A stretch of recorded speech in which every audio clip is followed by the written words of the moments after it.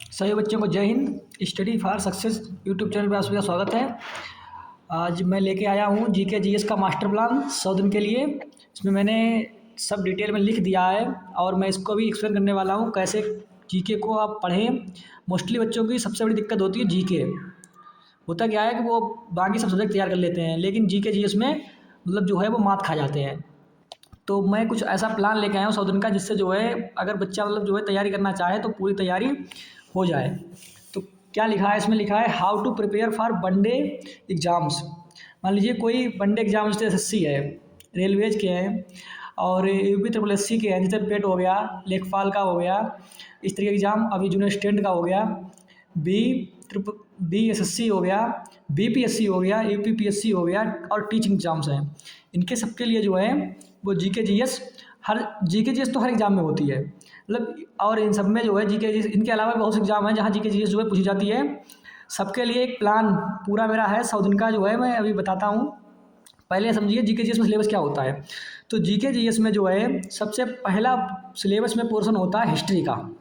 सबसे पहले हिस्ट्री, उसके बाद ध्यान से देखिए ज्योग्राफी, और उसके बाद होती है पॉलिटी, और उसके बाद होती है इकोनॉमिक्स, और उसके बाद होती है साइंस, उसके बाद आती है करंट अफेयर्स। करंट अफेयर्स सबसे इम्पोर्टेंट टॉपिक होता है, जैसे यूपी पीसीएस जैसे एग्ज़ाम्स के लिए, बीपीएससी एग्ज़ाम्स के लिए। और उसके बाद आता है एनवायरनमेंट, और एक पोर्शन होता है स्टैटिक जीके। कई कई साल तक कंपटीशन की तैयारी करते टाइम बच्चों को यही पता नहीं चलता कि उन्हें जीके जीएस में आखिर पढ़ना क्या है और क्या पढ़ें जो उनके जहाँ 100 क्वेश्चन आ रहे हैं 100 में जो है वो 80 क्वेश्चन 90 क्वेश्चन सही हो पाएँ। तो मैंने पहले ही दिन मैंने आपको ये बता दिया है कि जीके जीएस में जो है इतना सिलेबस होता है।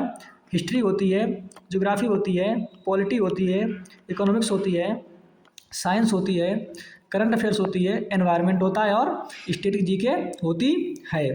कंप्यूटर वगैरह के क्वेश्चन भी जोड़े जा सकते हैं, लेकिन कंप्यूटर जो है वो अलग से ही पढ़ा जाता है, पूरी उसकी बुक्स अलग से आती हैं। तो अब हम ये बताते हैं कि जैसे हिस्ट्री में आप मान लीजिए किसी वनडे एग्जाम की तैयारी कर रहे हैं, तो आपको हिस्ट्री में कहाँ पर कितना क्या पढ़ना चाहिए। तो क्या होता है कि हिस्ट्री के 3 पोर्शन होते हैं, मेनली होते तो कई हैं उसके अलावा, लेकिन जो है आप जिस एग्ज़ाम तैयारी करें, मान लीजिए कोई वनडे एग्ज़ाम है या कोई बड़े एग्ज़ाम में भी मोस्टली 3 पोर्शन से क्वेश्चन आते हैं, ancient history, medieval history, modern history. उसके बाद क्या होता है ज्योग्राफी के भी तीन चार पाँच जो है पोर्शन होते हैं, लेकिन मेनली जो क्वेश्चन होते हैं अगर उनको 2 हिस्सों में डिवाइड किया जाए, मेनली जो क्वेश्चन आते हैं अगर उन्हें 2 हिस्सों में डिवाइड किया जाए तो डिवाइड आराम से हो जाएंगे। एक होता है इंडियन ज्योग्राफी, एक होता है वर्ल्ड ज्योग्राफी।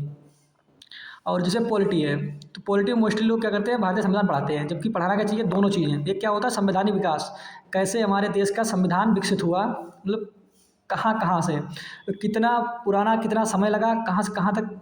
ये नहीं कि ये 2 साल 11 माह वाला जो है वो नहीं। संवैधानिक विकास कि कौन सा चार्टर एक्ट आया, पिट्स इंडिया एक्ट, इस तरीके से क्या हुए लगातार एक्ट पे एक्ट आए। उसके बाद जो है उन्हीं एक्ट्स के बाद में जो है भारत का संविधान बना। तो उसमें जो है बताते हैं कि उधार का संविधान है। तो उधार का संविधान क्या है कि बहुत ज़्यादा जो हैं वो नियम 1935 के भारत शासन अधिनियम से ले लिए गए थे। ये बात जब पॉलिटी पढ़ाएंगे आपको तो बताएंगे।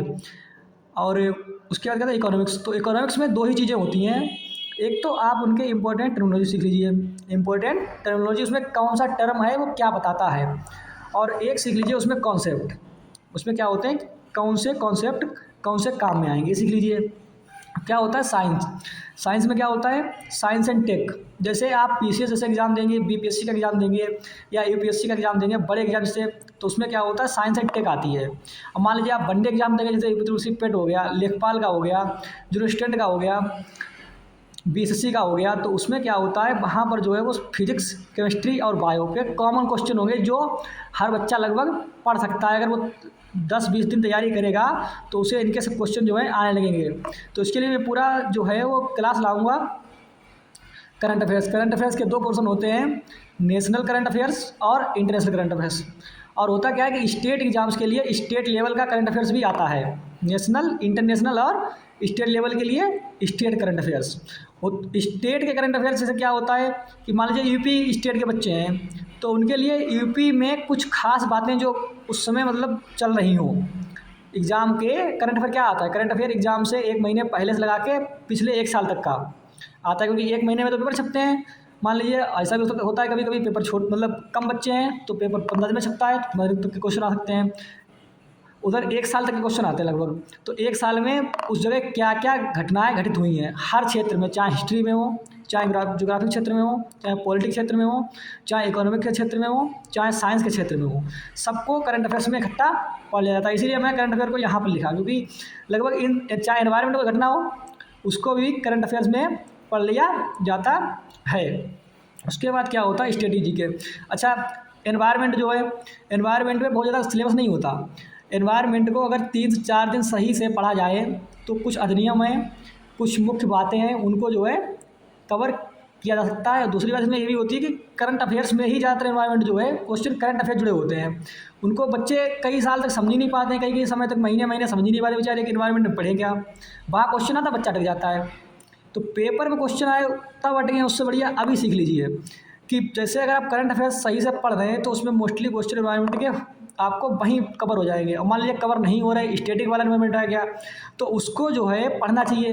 3 से 4 दिन अगर आप सही से पढ़ेंगे तो आपका एनवायरनमेंट कवर हो जाएगा। मान लीजिए जैसा कि हम बताएंगे अपना प्लान, तो अपने प्लान में हमने जो है एनवायरनमेंट के लिए 5 डेज रखे हैं, जिन 5 डेज में हम आपको एनवायरनमेंट के क्वेश्चन और उसका जो है जो उसमें जो सिलेबस होता है वो सब पढ़ा देंगे। और क्या स्ट्रेटेजी के क्या होता है, जैसे कि कौन सा नृत्य कौन सा राज्य का है, ऐसे छोटे से लगा के बड़े तक क्वेश्चन वो सब जो है स्ट्रेटेजी के में आते हैं।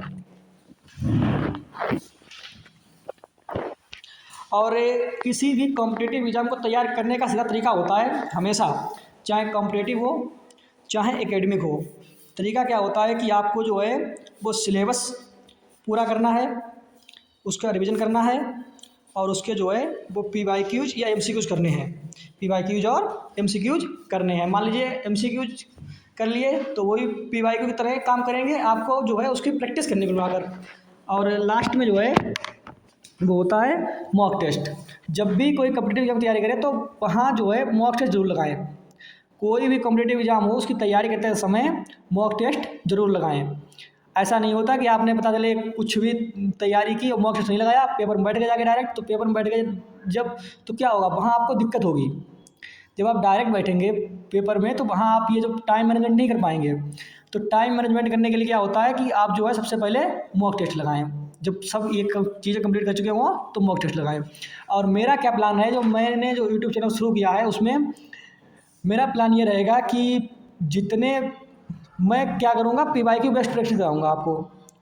मैं क्वेश्चन कराऊँगा PYQ बेस्ट, और आपको उसी में क्या होगा कि लगभग सभी जितनी बातें इंपॉर्टेंट होती हैं किसी भी सिलेबस की, चाहे हिस्ट्री हो, चाहे ज्योग्राफी हो, चाहे पॉलिटी हो, चाहे इकोनॉमिक्स हो, सबको जो है मैं कवर करने की कोशिश करूँगा। ठीक है। और मेरा ये 100 डेज का प्रैक्टिस प्लान है, जिसमें 18 दिन 6 दिन 6 दिन 6 दिन इस तरीके से 6 दिन के लिए जो है हिस्ट्री के तीनों टॉपिक्स के जो सबसे इंपॉर्टेंट क्वेश्चन होंगे, जो वनडे एग्जाम्स में पूछे जा चुके हैं या बड़े एग्जाम्स में भी पूछे जा चुके हैं, उन्हें मैं यहाँ लेकर आऊँगा और उनकी प्रैक्टिस कराऊँगा। फिर क्या होता है 15 डेज के लिए ज्योग्राफी कराऊँगा, 10 डेज के लिए पॉलिटी, 10 डेज के लिए इकोनॉमिक्स, 9 डेज के लिए साइंस, 8 डेज के लिए करंट अफेयर्स और 5 डेज के लिए एनवायरनमेंट, 3 डेज के लिए स्ट्रेटेजी के, और 12 सब ये इतने दिन जो हैं इधर कवर हो जाएंगे। इतने दिनों में आपका सभी प्रैक्टिस हो जाएगी। क्योंकि जैसे कुछ बच्चों ने पढ़ भी रखा होगा सिलेबस, कुछ ने नहीं पढ़ा होगा। मान लीजिए पढ़ रखा है तब भी अच्छी बात है, और नहीं पढ़ा है तब भी अच्छी बात है। कुल मिलाकर अच्छी बात तो नहीं है नहीं पढ़ने पर।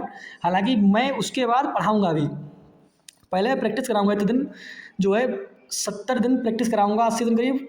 उसके बाद मैं रखूँगा 12 दिन, जो है मैंने सोच समझ के बनाया, 12 दिन जो है सभी सब्जेक्ट की पूरी मैराथन क्लास लेकर आऊँगा। 12 दिन में मैं ये ऊपर जो 8 सब्जेक्ट दे रखे हैं इनकी एक एक क्या होगा, सबकी एक 2-2 3-3 मैराथन क्लास आएंगी, जिससे ये सब सिलेबस जो है सिलेबस भी कवर हो सके। जिन बच्चों ने सिलेबस कवर नहीं किया अभी तक उनका सिलेबस भी कवर हो सके।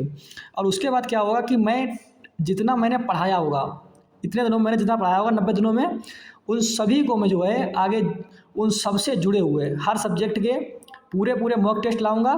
मॉक टेस्ट में क्या होगा कि जैसे एक ही मॉक टेस्ट में 50 क्वेश्चन डाल दिए, कुछ हिस्ट्री के, कुछ ज्योग्राफी के, कुछ पॉलिटी के, कुछ इकोनॉमिक्स के, कुछ करंट अफेयर के, और आपसे वो आपको मॉक टेस्ट करना है। मान लीजिए जैसे प्रैक्टिस सेट होते हैं, कहते हैं बिल्कुल प्रैक्टिस सेट या मॉक टेस्ट बात एक ही है।